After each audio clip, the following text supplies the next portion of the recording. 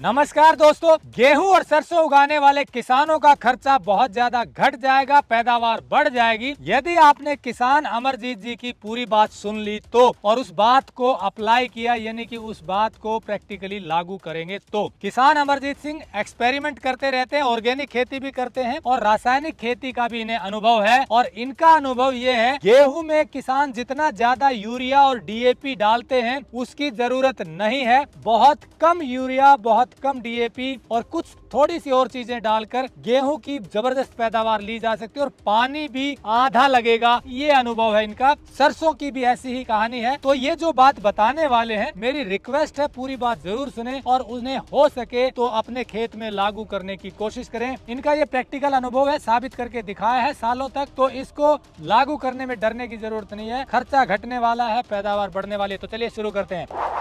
Technical farming channel को subscribe करें और बेल आइकन भी दबाएं ताकि आगे आने वाले वीडियो की नोटिफिकेशन आपको मिलती रहे। अमरजीत जी नमस्कार। नमस्कार जी। आपने बताया कि बात कर रहे थे कि गेहूं में जो किसान इतना डीएपी यूरिया डालते हैं उसकी जरूरत नहीं है, न इतने पानी की जरूरत है और पैदावार जबरदस्त आएगी। हाँ जी। क्या डालने की जरूरत होती है, कैसे आएगी पैदावार? सभी दर्शकों को नमस्कार। आमतौर पर किसान क्या करते हैं, सिर्फ दो ही पोषक तत्व डालते हैं, डीएपी और यूरिया, यानी फास्फोरस और नाइट्रोजन। दो ही पोषक तत्व पौधों को देते हैं और कुछ भी नहीं देते, जबकि हमें और पोषक तत्वों की जरूरत होती है। जो हमारा जो फार्मूला, वैसे तो हम ऑर्गेनिक खेती करते हैं, खुद यूरिया डीएपी कुछ नहीं डालते, लेकिन हमने कुछ किसानों को, साथियों को जो हमारी मानते हैं, उन पर हमने कुछ प्रयोग किए हैं जिसमें हमने डीएपी यूरिया का प्रयोग किया है, लेकिन बहुत ही सीमित मात्रा में किया है और उत्पादन उतना ही आया है जो कि कट्टे भर भर के डालते हैं। क्या एक्सपेरिमेंट किया बताइए? हमने क्या किया कि गेहूं की बिजाई के टाइम आमतौर पर किसान डालते हैं 50 किलो डीएपी, हमने उसको 25 किलो किया। और बाकी किसान क्या है कि सिर्फ डीएपी डालते हैं बिजाई के टाइम, पोटास वगैरह कुछ नहीं डालते, तो हमने उसमें 10 किलो पोटास भी डलवाया। उसके बाद क्या क्या करते हैं किसान, बरसाती जब 1 महीने की जब गेहूं हो जाती है तो पहला पानी जो लगाते हैं हमारे यहाँ पे, उसमें 1 कट्टा यूरिया का डालते हैं। पोटास कब डलवाया आपने साथ में? पोटास हमने बिजाई के टाइम में डलवाया, 25 किलो डीएपी और 10 किलो पोटास हमने बिजाई के टाइम डलवाया। आमतौर पे किसान डालते हैं 50 किलो सिर्फ डीएपी, दोनों चीज मिलाकर 35 किलो डाली। दोनों 35 किलो डाली। अगर खर्चे की बात करें तो पोटास कितने रुपए की आ जाती है? खर्चा तो लगभग ज्यादा नहीं बचेगा शुरू वाली बिजाई का ये तो, लेकिन हमें पोषक तत्व डबल मिल गए ना, साथ में पोटास भी मिल गई। पौधे को पोटास की जरूरत होती है और जो हमारी मिट्टी है इसमें हम जांच करवाते हैं तो इसमें पोटास की कमी ज्यादा है, डीएपी के बजाय हमें पोटास की जरूरत है। यानी कि पोषक तत्व उसी खर्चे में, डीएपी वाले खर्चे में ही पोषक तत्व बढ़ गए। हाँ जी। अब बात करते हैं यूरिया की। यूरिया में भी क्या करते हैं कि आमतौर पर किसान करते हैं 50 किलो यूरिया के इस्तेमाल करते हैं बिजाई के 1 महीने के बाद, जो हम पहला पानी बोलते हैं उसमें देते हैं। जबकि हमने क्या किया कि 2 किलो यूरिया 250 ग्राम हमने जिंक ली, उसका हमने स्प्रे किया। जितनी हमने 50 किलो यूरिया डाली, सेम रिजल्ट 2 किलो यूरिया और 250 ग्राम जिंक वाली खेत का सेम रिजल्ट रहा जी। पानी में घोल कर स्प्रे की? पानी में घोल के स्प्रे की थी फुहारे से। बस इसमें थोड़ा ये है कि मेहनत ये हो जाती है कि स्प्रे करनी पड़ती है छिड़काव की बजाय, लेकिन इससे क्या होता है कि हमारी जमीन को नुकसान कम होगा और पौधे को पोषक तत्व भी पूरे मिल गए। साथ में एक जिंक जो पोषक तत्व है जो पौधे की रोग प्रतिरोधक क्षमता बढ़ाता है, वो भी मिल गया। क्योंकि यूरिया तो 2-3 बार डालते हैं, 3 से 4 बार डालते हैं। 2 बार यूरिया डालते हैं हमारे यहाँ की जो आमतौर पर मैं बताता हूँ। एक तो महीने के बाद फिर 1 पानी छोड़ के जो तीसरा पानी लगता है उसमें फिर डालते हैं। उसमें भी हमने 50 किलो यूरिया के बजाय फिर वही काम किया, 2 किलो यूरिया 250 ग्राम जिंक, दोनों बार ये सेम फार्मूला किया। दूसरे किसान क्या करते हैं, बार बार जब भी पानी लगाते हैं तो हमारे यहाँ पे तो लगता है फुहारों से पानी, नोजल से छिड़काव होता है, तो 2 घंटे 3 घंटे तक लाइन चलाते हैं। वो भी बिल्कुल गलत है। 50 किलो यूरिया डाल दी, ऊपर से आपने 3 घंटे पानी चला दिया, तो उस यूरिया का भी कोई महत्व नहीं रहा, क्योंकि हमारी रेतीली ज़मीन है, वो पानी, वो यूरिया नाइट्रोजन नीचे चलेगी, बाद में धीरे धीरे वो हवा में मिल जाएगी।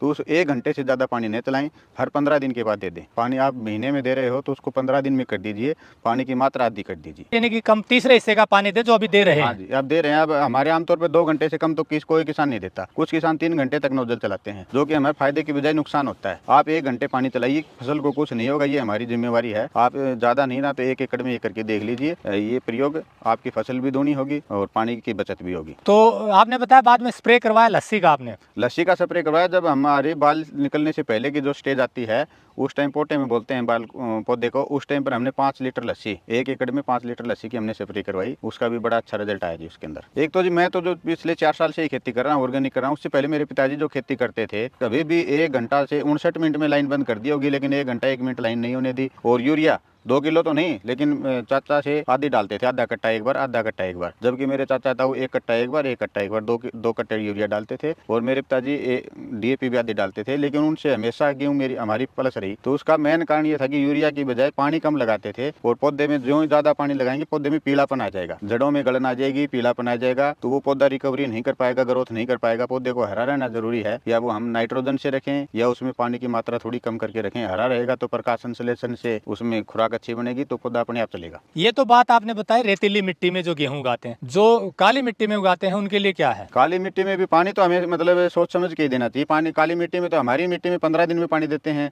काली मिट्टी में 1 महीने में देते हैं।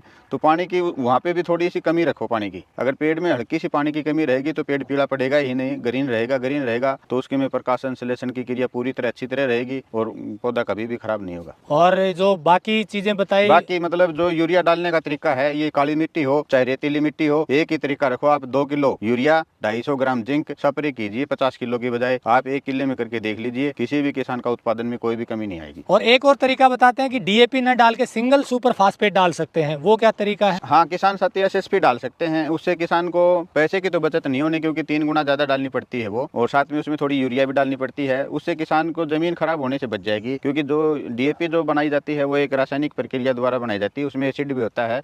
और SSP के अंदर सिर्फ नेचुरल है, जो हमारी जमीन से निकले हुई जो मिट्टी है उसी को मतलब दानेदार बना के दिया जाता है, इसलिए वो नुकसानदायक नहीं होती। यही बेनिफिट है किसान को, पैसे की बचत नहीं होनी चाहिए उसमें। तो मतलब कोई जमीन को ऑर्गेनिक करना चाहता है तो वो उससे शुरू कर सकता है। ऑर्गेनिक पे आना चाहता है तो वो धीरे धीरे SSP से ऑर्गेनिक पे आ सकता है। और बाकी जो आपने तरीके बताए उससे करेंगे तो पैदावार घटेगी नहीं बल्कि बढ़ेगी और खर्चा घटेगा। हाँ जी, इसमें पैदावार बढ़ेगी जी, घटने की कोई गुंजाइश नहीं है। सिर्फ 2 ही बातों का ध्यान रखना है, पानी कम देना है और ज्यादा यूरिया की बजाय आपको स्प्रे करनी है। लेकिन किसान ये करने से डरते हैं कि कहीं उत्पादन न घट जाए। हाँ, किसान उत्पादन कम होने से डरते हैं जी। किसान क्योंकि खुद एक्सपेरिमेंट करने की हिम्मत नहीं रखता, तो इसलिए किसानों को मेरी अपील है कि मतलब आप पूरे 10 एकड़ में गेहूं लगा रहे हैं तो 10 में नहीं करना चाहते तो 1 में करके देख लीजिए। उसमें कम यूरिया डालोगे तो घर के लिए कम से कम आपकी 2-4 मन कम भी रही तो आप घर पे खाने के लिए यूज कर सकते हैं। लेकिन फिर भी मेरा दावा है कि कम नहीं होगी। आप डरे नहीं, कम पानी लगाएं, कम यूरिया दें, किसी भी हालत में गेहूं कम नहीं होगी। अब सरसों की बात कर लेते हैं। आपने सरसों में बताया कि कुछ चीजों की कमी छोड़ देते हैं किसान, क्या करना चाहिए? सरसों सेम है जी कि किसान सरसों में भी क्या करते हैं, सिर्फ DAP डालता है और बाद में 2 बार पानी के अंदर 2 कट्टे यूरिया डाल देता है। लेकिन सरसों को हमें सल्फर की भी जरूरत होती है। सरसों में जो भी हमारी तेल वाली फसलें होती हैं उसमें जरूरत होती है सल्फर की। किसान साथी क्या करें, सरसों के लिए भी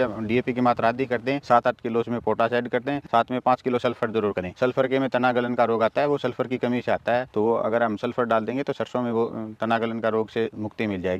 और उसके बाद उसमें अगर आपने को यूरिया डालनी है तो गेहूं की तरह ही उसमें तो आपको 2 किलो भी नहीं, सिर्फ 1 किलो यूरिया से काम चल जाएगा अगर आप स्प्रे करते हैं तो। जिंक भी डालना पड़ेगा? जिंक तो हमारी किसी भी फसल में डाल सकते हैं। ये हमारे पौधे को वायरस से बचाती है, रोग प्रतिरोधक क्षमता बढ़ाती है पौधे की। तो सरसों में एक बार रिपीट कर दें कि क्या क्या डालें शुरू से अगर कुछ कम खर्चा करना हो। शुरू में बिजाई के टाइम में एक कट्टा DAP के बजाय आप आधा कट्टा DAP करें, साथ में 7-8 किलो पोटाश ऐड करें, उसमें 5 किलो सल्फर भी मिलाएं। ये बिजाई के टाइम दें जी। उसके बाद जो यूरिया के डालते हैं उसके यूरिया के स्प्रे करें। 1 किलो यूरिया 250 ग्राम जिंक की स्प्रे करें, 1 कट्टा यूरिया के बजाय 2 बार ये स्प्रे कर दें आप। और पानी की क्या स्थिति है? पानी तो वैसे सरसों में कम ही लगाते हैं लोग, फिर भी मतलब अत्यधिक पानी तो किसी भी फसल के लिए हानिकारक है, उससे पौधा पीला पड़ जाएगा। पोषक तत्व तो जमीन में रिलीज होकर नीचे चले जाएंगे, पौधे के पास नहीं रहेंगे तो कमजोरी आएगी ज्यादा पानी से। तो इस तरह से गेहूं और सरसों में खर्चा कम हो सकता है और पैदावार अच्छी हो सकती है। हाँ जी, अगर किसान थोड़ा सा भी मतलब तो ध्यान दे इस बात पे, मैनेजमेंट करके पौधे को चलाएगा तो उसका उत्पादन उतना ही रहेगा जो रासायनिक में जितना होता है वो, और उसकी खाद की क्वांटिटी कम हो जाएगी, खर्चा कम हो जाएगा, जमीन का नुकसान कम होगा। तो दोस्तों जैसा अमरजीत जी ने तरीका बताया वो ध्यान रखेंगे तो शर्तिया तौर पे पैदावार नहीं घटेगी बल्कि बढ़ने की गुंजाइश है, या फिर जो रासायनिक में लेते हैं उतनी तो पक्का मिलेगी, पर खर्चा घट जाएगा और जमीन की गुणवत्ता बढ़ जाएगी। क्योंकि ज्यादा रासायनिक खाद डालने से जमीन की गुणवत्ता घटती जा रही है, कार्बन घटता जा रहा है, तो उसमें सुधार होगा। तो 2 फायदे हैं, खर्चा घटा और जमीन की गुणवत्ता अच्छी हुई। और तीसरा फायदा ये मिला, जो प्रोड्यूस है, जो उत्पादन है यानी कि गेहूं या सरसों, उसकी गुणवत्ता भी बढ़ती है। तो इस तरह से लाभ ही लाभ है। इसको जरूर अप्लाई करें ताकि किसानों का खर्चा घटे और पैदावार बढ़े। नमस्कार, जय हिंद। अगर आपको यह वीडियो पसंद आया है तो ज्यादा से ज्यादा लाइक और शेयर जरूर करें। साथ ही चैनल को सब्सक्राइब करना ना भूलें।